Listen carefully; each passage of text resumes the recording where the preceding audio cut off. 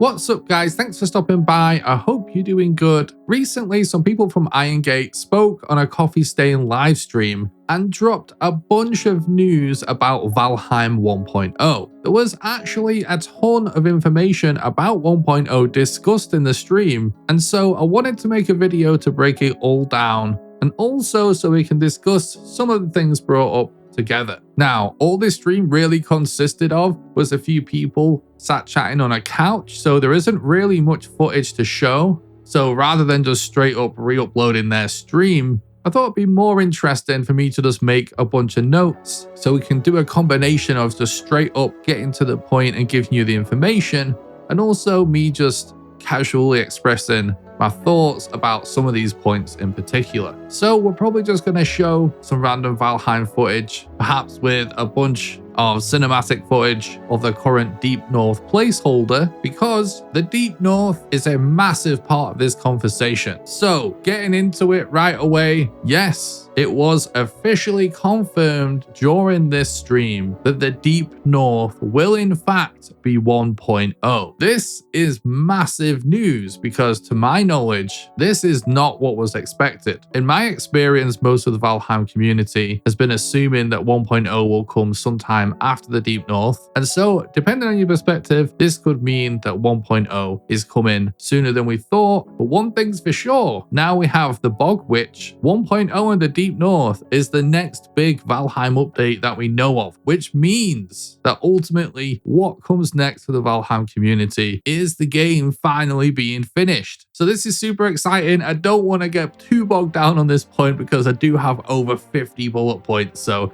let's just keep going through. So one thing that was discussed a lot was this idea that the Deep North is going to be toned down from the Ashlands. I may repeat myself a little bit during this video because for the most part my notes are just in chronological order when these points were brought up. And one thing that came up a lot was this idea of just stressing what to expect out of the difficulty of the Deep North. So it sounds like they listened to a ton of feedback because lots of people find the Ashlands very overwhelming. So the Deep North is going to be a little toned down from the Ashlands. They said they want to make it cozy and sort of bring that cozy Valheim feeling back again. They want it to be kind of like a Christmas card sort of a vibe, but it will still be difficult. They still want it to be hard, but it's going to be a little more relaxed. And part of the thinking here is that they stated they want it to be sort of like one final breather before the very end of the game. They stressed that it is still going to be an end game biome and there will be a lot of hard monsters and a hard boss. So it just sounds like they want to provide a little more opportunity to chill in the Deep North biome. They want to make the update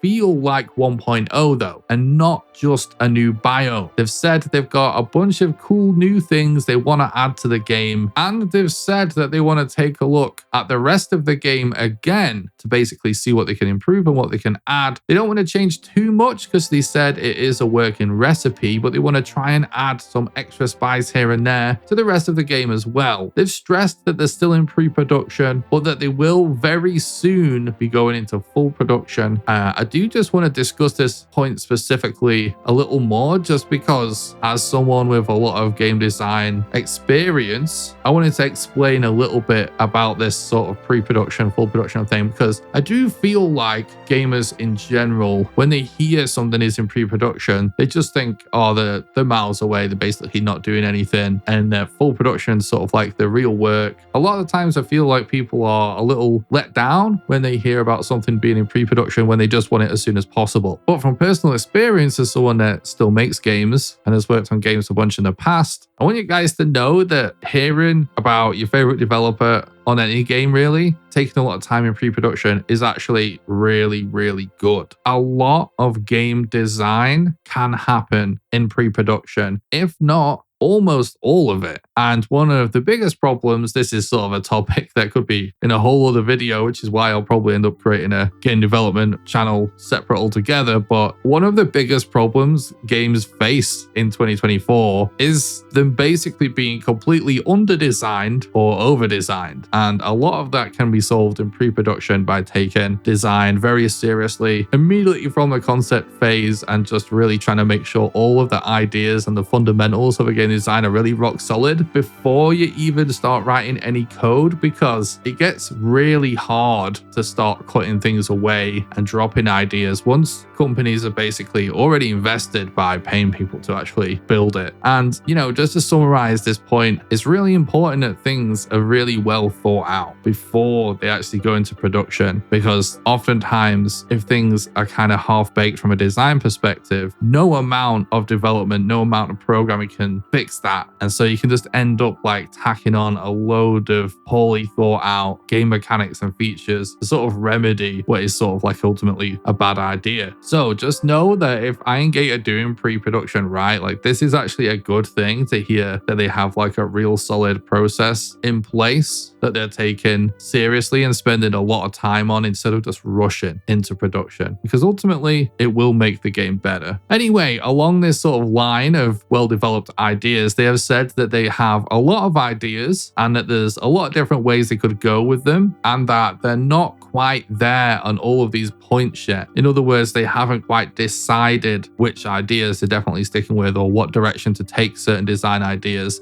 And that's why they haven't been showing anything from Deep North yet, because they don't want to show anything that won't end up in the game, which ultimately I think is a really good thing, because it means they don't want to disappoint any gamers out there.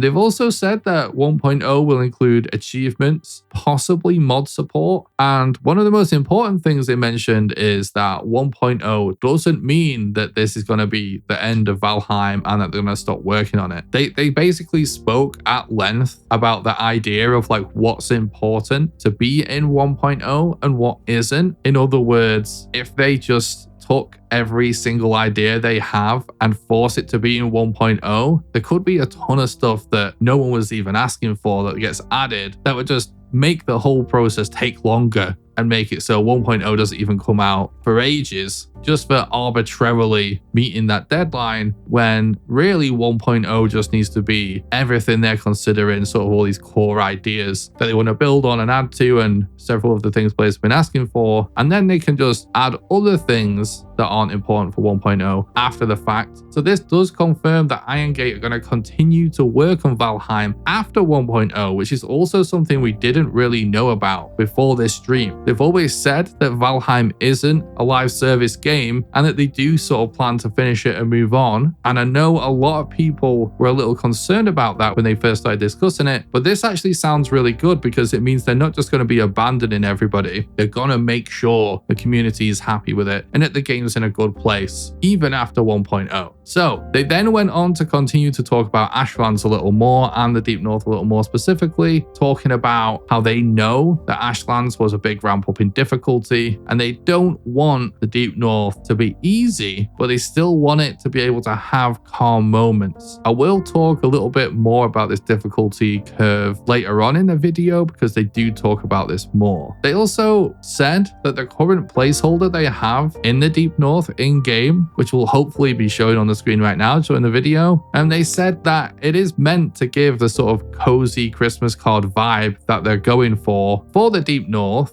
and that the Deep North will maintain some of that feeling, but just be a lot more fleshed out, and that they ultimately want it to be more of a parallel step in difficulty instead of a step up, and that it's going to be difficult in a different way to the Ashlands. So just to wrap up this whole topic of difficulty curve, I wanted to insert my own opinion again from a game design perspective. It is a known quantity in the world of game design that the worst type of difficulty curve is essentially a straight line that's just harder and harder at the same rate constantly. It is well established after years and years of game design being a thing that it's generally better if that line is a little wavy, and then it can sort of go up and down, it can go in a straight line or whatever, because ultimately, you know, games are this sort of experiential thing. It needs to feel like the player goes on some sort of journey, and it starts to feel like very unnatural if it's just sort of mathematically increasing a difficulty value the entire time. And so I know there are gamers out there that might hear this talk about difficulty surrounding the Deep North and see it as a negative, because there's always someone out there that just wants the game to be harder and harder and harder, because I think they probably associate their ego with video games a little too much.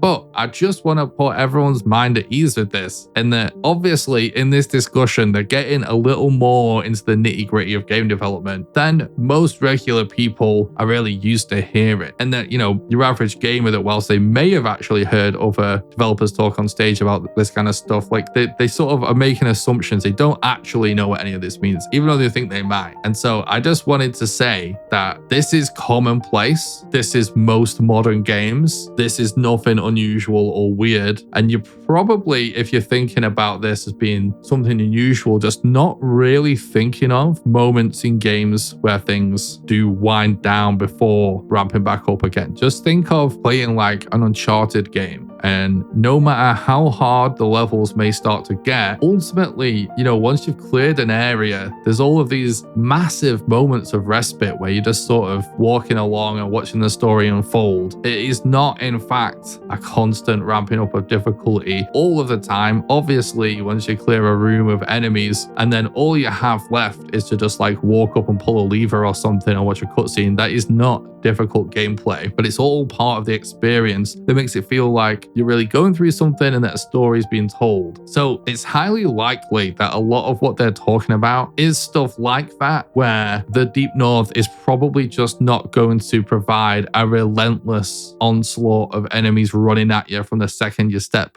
on the coast like the Ashlands, but that all the crazy moments are probably contained in dungeons or, you know, specific parts of the biome, that when you go into it, that's when the craziness starts, but there's all of these moments in between that are a little bit more natural and chilled out. I'm sure the actual gameplay in terms of the combat and stuff will still be challenging, and then there will still be plenty of enemies and stuff like that. It's just the way they're approaching the biome is probably just going to be bearing in mind everyone's panic setting foot on the Ashlands for the first time and them trying to, you know, not have the final biome be quite as off-putting. But anyway, I could yap about game design and stuff forever, so let's just move on. They've said that they hope to have something new for most biomes, not necessarily anything major, but at least something new everywhere, so that there will actually be value in replaying the game from the beginning, and that it will feel like a whole new experience. This is actually awesome to hear, because it's something that has been spoken about a lot, whether or not they'll come back and retouch certain biomes. They're saying they're definitely going to do that, and in fact, not just certain biomes, but they're going to try and add something everywhere, whether that's a small thing or a big thing or every single biome. It sounds like they want it to be every single biome, but they're just going to have to sort of play it by ear and figure out if they have time for that. But nonetheless, it's really, really awesome news for everybody that wants improvements and more content in the rest of the game that's already awesome, because that's what I want. You know,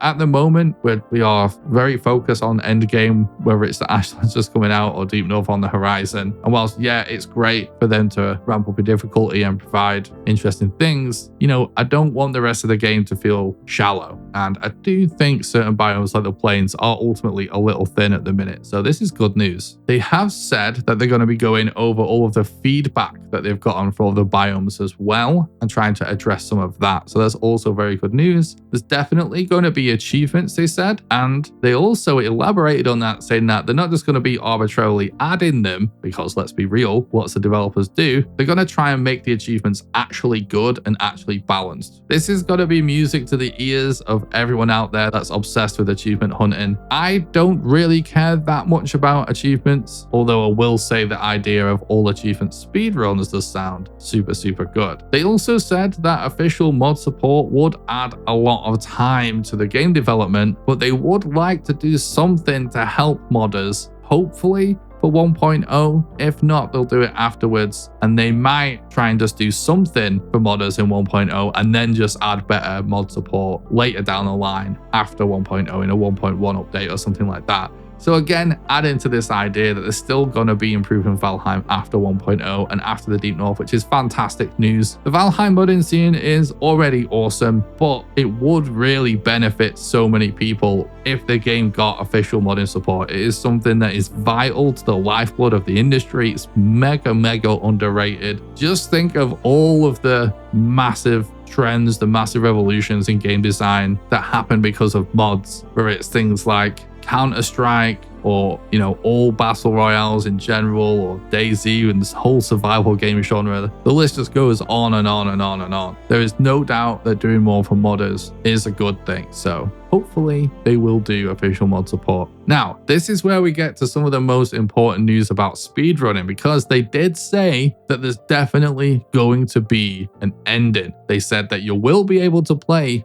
from start to finish, and that there will be a proper ending and that it's going to be cool. They did elaborate a little and say you will have the opportunity to stay and keep working on your base and stuff, but that it will ultimately be possible to finish the game and get the satisfaction of basically completing the main quest. The reason this is a potential big deal to me and other Valheim speedrunners is basically the biggest thing holding Valheim back as a speedrun game is that the game is just simply not finished, and that all of the runs are just revolving around specific bosses or killing all of the bosses, whereas most of the time when a game is finished, the speedrun revolves entirely around just reaching the credits. So if the game gets a legit ending, it means we can officially start speedrunning towards an official end, which of course the ultimate dream for speedrunners would be that we figured out how to skip a bunch of unnecessary stuff and therefore shave a bunch of time off the speedrun, and, you know, to make this game a game that can be speedrun on a random seed and easily beatable within like an hour or two is the absolute dream. So we don't know if that obviously will be possible. It will require a ton of work by the entire speedrun community once 1.0 comes out, but just knowing that it actually gets an ending means that this is actually possible. And I've been saying for the last year or two now that all I really care about in Valheim speedrunning at this point, after years being a part of it, is 1.0 coming out and just getting a real any percent category so it can finally feel like a traditional speed game. So I'm very excited for 1.0. It is massive news that Deep North is going to be it, because I think a lot of people just thought Valheim was going to be trapped in early access forever, but no, it's coming. It's leaving early access, and 1.0 is the Deep North, and I'm super excited about it. So anyway, I hope you enjoyed this video, or at least found it useful. If you did, don't forget to leave a like and subscribe for future content. You can support the content financially at patreon.com/nickrawcliffe, so leave a link in the description if you're interested in that. You also get access to a couple of Valheim servers. I do stream live on this very YouTube channel and also live on Twitch at twitch.tv/nickrawcliffe, so leave a link in the description if you're interested in that. You can follow me on social media and join my Discord at the links below. And until next time, have a good one.